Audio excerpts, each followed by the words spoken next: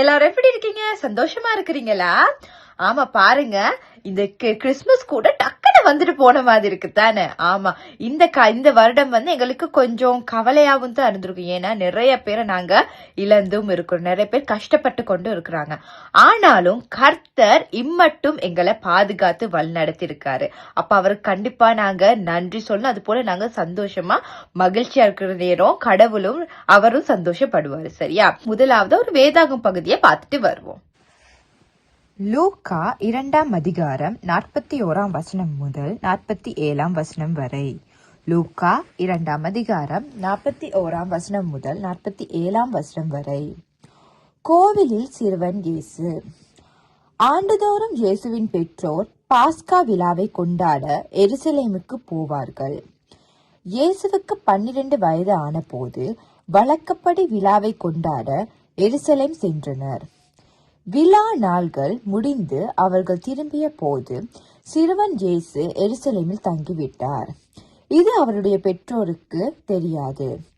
பயணிகள் கூட்டத்தில் அவர் இருப்பார் என்று எண்ணினர். ஒரு நாள் பயணம் முடிந்த பின்பு உறவினரிடையேயும் அறிமுகமானவர்களிடையேயும் அவரை தேடினர். அவரை காணாததால் அவரை தேடிக்கொண்டு எருசலேமுக்கு திரும்பிச் சென்றார்கள். 3 நாள்களுக்கு பின் அவரை கோவிலில் கண்டார்கள். அங்கே அவர் போதகர்கள் நடுவில் அமர்ந்து அவர்கள் சொல்வதை கேட்டுக்கொண்டும் அவர்களிடம் கேள்விகளை எழுப்பிக் கொண்டும் இருந்தார்.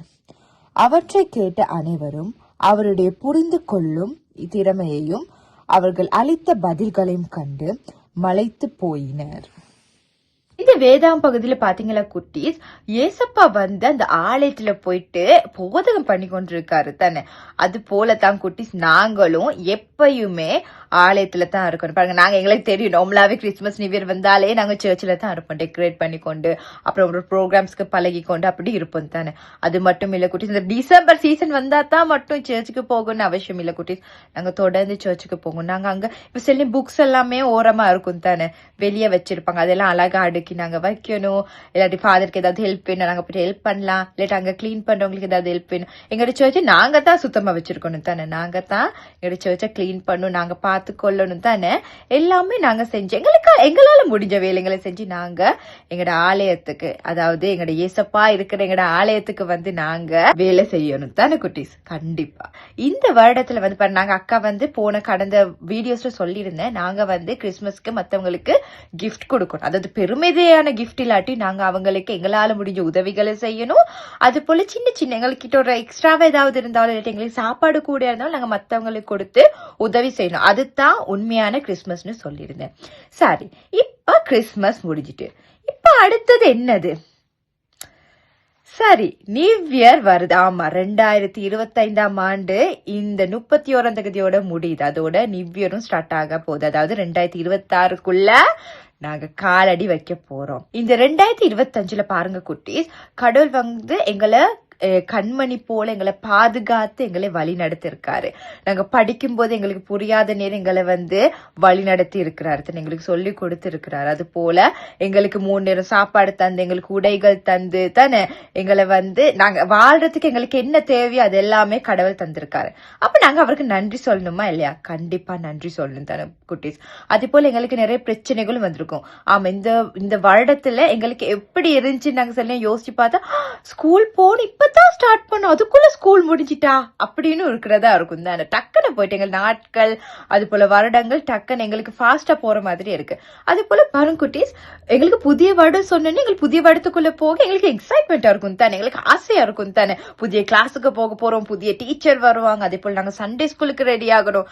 ஆனாலும் குட்டீஸ், நாங்க மறக்க கூடாது, எப்பயுமே நாங்க எங்களோட சர்ச்சோட, எங்களோட சண்டே ஸ்கூலோட, எங்களோட படிப்பு அது மட்டும் கடவுளோட எப்பயுமே நாங்க ஒன்றித்து இருக்கணும். பாருங்க குட்டீஸ், எங்களோட வாழ்க்கையில எவ்வளவோ எங்களுக்கு கிடைச்சிருக்கலாம், எல்லாமே எங்களுக்கு நல்லதா இருக்கலாம். ஆனாலும் கடவுள் எங்களோட இல்லாட்டி, ஏசப்பா எங்களோட இல்லாட்டி எங்களுக்கு எங்களோட வாழ்க்கையில ஒண்ணுமே இல்லாத மாதிரி ஆகிரும் குட்டீஸ். அது நாங்க சில நேரங்கள் நாங்க ஏதாவது பிரச்சனைங்க வாழ்ற நேரத்தை சில நேரம் நாங்க ஐயோ ஏசப்பா ஏன் எங்களுக்கு இப்படி ஒரு பிரச்சனை வந்துச்சு நாங்க கவலைப்படுவோம். அந்த பிரச்சனை கூட குட்டி குட்டீஸ், கடவுள் எங்களோட இருக்கும்போது அது பெரிய விடயமாவே எங்களுக்கு இருக்காது.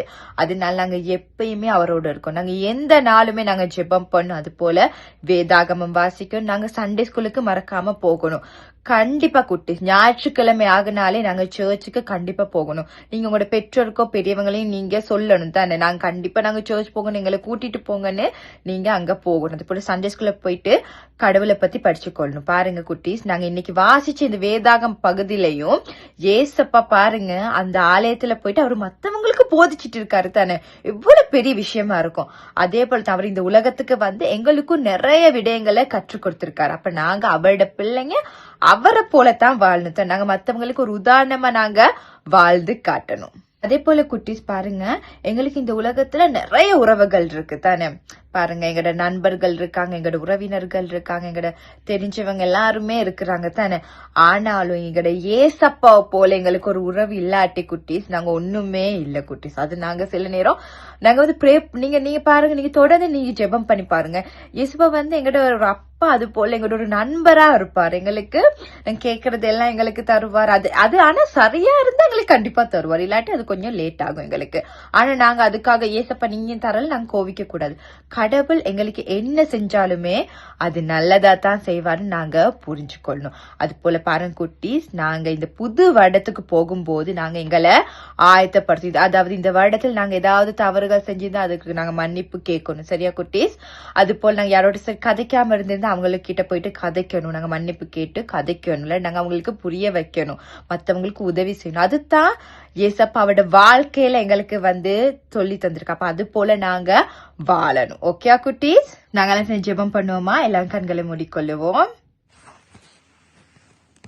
அன்பான ஏசப்பா, இந்த அழகிய நாளை தந்த கிருபைக்காக உமக்கு நன்றி சுவாமி. அதே போல சுவாமி, இந்த வருடம் பூராக எங்களை கண்மணி போல பாதுகாத்து வழிநடத்த கிருபைக்காக சோத்திரம் சுவாமி. ஏசப்பா, நீரே சாமி இந்த புது வருடத்தை எங்களுக்கு தந்திருக்கிறீர் சாமி. இந்த வருடத்திலும் சாமி நீர் எங்களை பாதுகாத்து வழிநடத்துவீர் என்பதற்காக முக்கோடான கோடி சோஸ்திரம் அப்பா. அதே போல சுவாமி, எங்கள் வாழ்க்கை முழுவதும் சாமி உமக்கு ஒப்பு கொடுக்கிறோம் அப்பா. எங்களுக்கு இந்த புதிய வருடத்தில் புதிய புதிய விடயங்கள் நீரை எங்களுக்கு தந்து ஆசீர்வதிக்க வேண்டும் சுவாமி. அதே போல அப்பா, நாங்கள் தொடர்ந்து ஞாயிறு பாடசாலைக்கும் அதே போல ஞாயிற்றுக்கிழமை நாங்கள் ஆலயத்துக்கு செல்ல சுவாமி எங்களை வழிநடத்த வேண்டும் சுவாமி. அதே போல உங்களை நேசிக்கவும் உங்களுடைய வார்த்தை கேட்கவும் நல்ல பிள்ளையாக வளரவும் சுவாமி. அப்ப நீரே எங்களை வழிநடத்துங்க. இயேசு நாமத்தினாலே ஜெபிக்கிறேன் நல்ல பிதாவே, ஆமென். ஓகே குட்டீஸ், இன்னொரு புதிய வீடியோத்தோட அக்கா உங்களை அடுத்த வருஷம் சந்திக்க வாரேன். பாய் குட்டீஸ், எல்லாருக்கும் புது வருட நல்வாழ்த்துக்கள்.